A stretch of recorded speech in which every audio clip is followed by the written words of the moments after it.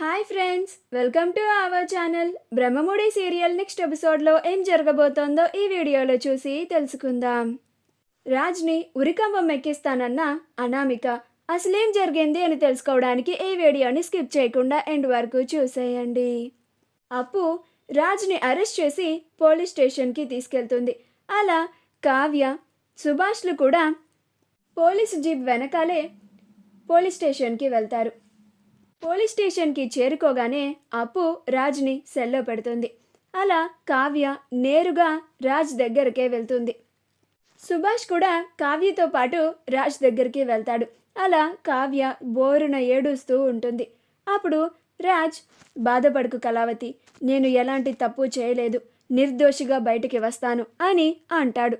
అప్పుడు కావ్య, అసలు మీరు ఏమీ తప్పు చేయకుండా ఇలా జైల్లో ఉండాల్సిన పరిస్థితి వచ్చింది. దీనంతటికి కారణం ఆ అనామికే కావాలని మీ మీద నింద వేసిందండి. ఆ రోజు మనం వెళ్ళి సామంత్ని, అనామికలని బెదిరించేసరికి కోపంతో ఇలా చేస్తోంది. ఆ అనామికే సామంత్ని ఏదో ఒకటి చేసి చంపించేసి ఉంటుంది. ఆ నిందని మీ పైన వేస్తోంది అని అంటుంది. అప్పుడు రాజ్, నాకు కూడా అలానే అనిపిస్తోంది కళావతి.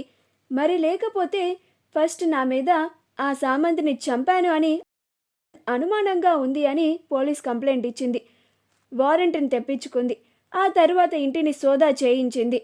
ఆ తర్వాత కారులో బాడీ దొరికేలాగా జరిగింది. బాడీ దొరికిన వెంటనే మీడియా మన ఇంటికి వచ్చింది. ఇదంతా ప్రీ ప్లాన్డ్ కాకపోతే అప్పటికప్పుడు ఎలా జరుగుతుంది అని అంటాడు.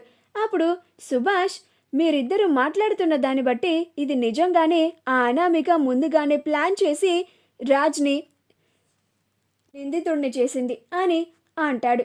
అప్పుడు కావ్య, అవును మావయ్య గారు, ఆ అనామిక అంతు చూస్తాను అని కోపంగా అప్పు దగ్గరికి వెళ్తుంది.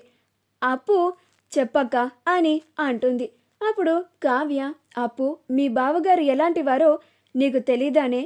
మీ బావగారిని ఏం చేస్తావో నాకు తెలీదు, నువ్వే బయటికి తీసుకురావాలి అని అంటుంది. అప్పుడు అప్పు, లేదక్క, ఇన్వెస్టిగేషన్ చేయాలి. ఆ అనామిక బావ మీద అనుమానం ఉన్నట్లుగా కంప్లైంట్ ఇచ్చింది. ఆ సామంత్ డెడ్ బాడీ బావ కారులో దొరికింది. అంత ఈజీగా బావని వదిలిపెట్టడం కుదరదు అని అంటుంది. అప్పుడు కావ్య, అదేంటి అప్పు, నువ్వు కూడా ఇలా మాట్లాడితే ఎలాగా? మీ బావగారు ఎలాంటి తప్పు చేయలేదు. ఆ అనామికే ఇదంతా కావాలని చేస్తుంది. కావాలని మీ బావగారి మీద పగపట్టి ఇలా నిందలు వేసి ఇలా జైల్లో ఉండేలాగా చేస్తోంది. నువ్వే విన్నావు కదా మన ఇంటి దగ్గర ఎలా మాట్లాడుతుందో మీడియా ముందు. మీ బావగారిని ఉరికంబం ఎక్కిస్తాను అని అంటుంది. అప్పుడు అప్పు, బావగారు ఎలాంటి తప్పు చేయనప్పుడు బావగారికి ఎలాంటి శిక్ష పడదక్క. నేను ఉన్నాను కదా, నేను చూసుకుంటాను.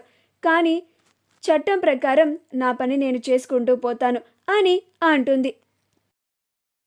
ప్రాసెస్ ప్రకారం బావగారి మీద ఎఫ్ఐఆర్ ఫైల్ చేయాలి. ఆ తర్వాత రేపు బావగారిని కోర్టులో ప్రొడ్యూస్ చేయాలి. మంచి లాయర్ని మాట్లాడండి అక్క. ఇవన్నీ నేను చెప్పకూడదు, కానీ బావగారు నిర్దోషి అని ఇవన్నీ నేను నీకు చెప్తున్నాను అని అంటుంది. అప్పుడు సుభాష్, అలాగేనమ్మా అప్పు. అమ్మ కావ్య, నేను మన లాయర్తో మాట్లాడతాను, నువ్వు ఇక్కడి నుంచి రామ్మా అని కావ్యని అక్కడి నుంచి తీసుకొని బయటకి వస్తూ ఉంటాడు. అప్పుడే అనామిక కూడా పోలీస్ స్టేషన్ బయట ఉండి కావ్య కోసం ఎదురు చూస్తూ ఉంటుంది. వచ్చావా కావ్య అని కావ్య బయటికి రాగానే అంటుంది. అప్పుడు కావ్య కోపంగా వెళ్ళిపోతూ ఉంటుంది. అప్పుడు అనామిక, నీతోనే కావ్య నేను మాట్లాడుతుంది. నేను ఒక పక్కన మాట్లాడుతూ ఉంటే నా మాటలు కూడా పట్టించుకోకుండా అలా వెళ్ళిపోతున్నావేంటి అని అంటుంది. అప్పుడు కావ్య, నాతో ఏం మాట్లాడాలి నువ్వు అని అంటుంది. అప్పుడు అనామిక, నేను నీకు ఒక విషయం చెప్పాలి కావ్య అని అంటుంది. అప్పుడు కావ్య, ఏంటది అని అంటుంది. అప్పుడు అనామిక, లోపల మీ చెల్లి ఏం చెప్తుంది? నీ భర్త పైన ఎఫ్ఐఆర్ని ఫైల్ చేశాను అని చెప్పిందా? రేపు కోర్టులో ప్రొడ్యూస్ చేస్తున్నాను అని కూడా చెప్పిందా అని అంటుంది. అప్పుడు కావ్య మౌనంగా ఉంటుంది. అప్పుడు అనామిక, ఏంటి కావ్య మౌనంగా ఉన్నావు? రాజ్ నిజంగానే సామంత్ని చంపేశాడు, అందుకే ఇప్పుడు జైల్లో ఉన్నాడు అని అంటుంది. అప్పుడు కావ్య నిజం నిప్పు లాంటిదనామిక. ఎవరు సామంత్ని చంపారో ఎవరు సామంత్ని చంపలేదో నీకు తెలుసు, నాకు తెలుసు. నిజం అనేది నిప్పు లాంటిది, ఎప్పుడైనా అది తప్పక బయటపడి తీరుతుంది. ఎవరు దాన్ని బయట పడనివ్వకుండా కప్పిపుచ్చాలని చూసినా కానీ అది ఖచ్చితంగా బయటపడి తీరుతుంది.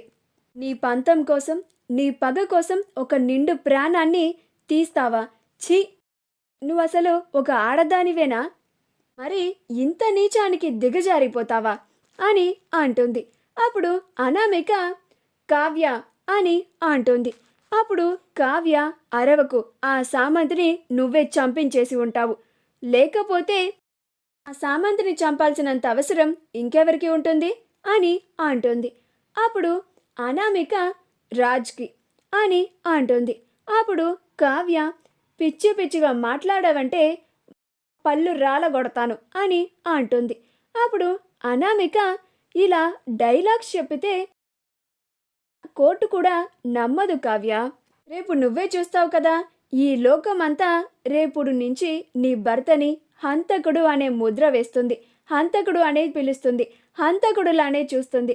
రేపు ఉదయం కోర్టు కూడా అలానే తీర్పు ఇవ్వబోతోంది అని అంటుంది.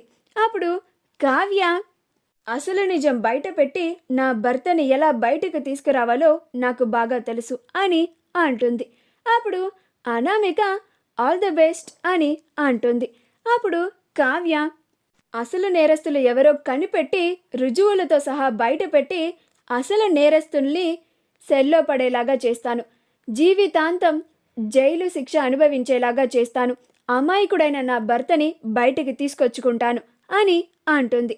అప్పుడు సుభాష్, అమ్మ కావ్య, అయినా ఈ అనామికతో మనకెందుకమ్మ మాటలు, నువ్వు పద ఇక్కడి నుంచి అని కావ్యని అక్కడి నుంచి తీసుకొని వస్తూ ఉంటాడు. అపర్ణ బోరున ఏడుస్తూ ఉంటుంది. ఇందిరాదేవి, ధాన్యలక్ష్మి ఇద్దరు అపర్ణని ఓదారుస్తూ ఉంటారు. రుద్రాణి ఇదంతా చూసి, ఇది కదా నాకు అసలైన పండగ, మీరంతా నిన్న నైట్ పార్టీ చేసుకున్నారు, కానీ నేను ఇప్పుడు పార్టీ చేసుకుంటాను, నాకు ఇప్పుడు చాలా సంతోషంగా ఉంది, కన్నుల విందుగా ఉంది, అసలు ఈ సీన్ మళ్ళీ మళ్ళీ గుర్తు తెచ్చుకొని మరీ సంతోషపడాలి అని అనిపిస్తోంది, అంత బాగుంది ఈ సీన్ అని అనుకుంటూ ఉంటుంది. మా వీడియో కనుక మీకు నచ్చినట్లయితే లైక్ చేయండి, షేర్ చేయండి, మా ఛానల్ని సబ్స్క్రైబ్ చేసుకోండి, పక్కనే ఉన్న బెల్ ఐకాన్ని క్లిక్ చేయడం మాత్రం మర్చిపోకండి.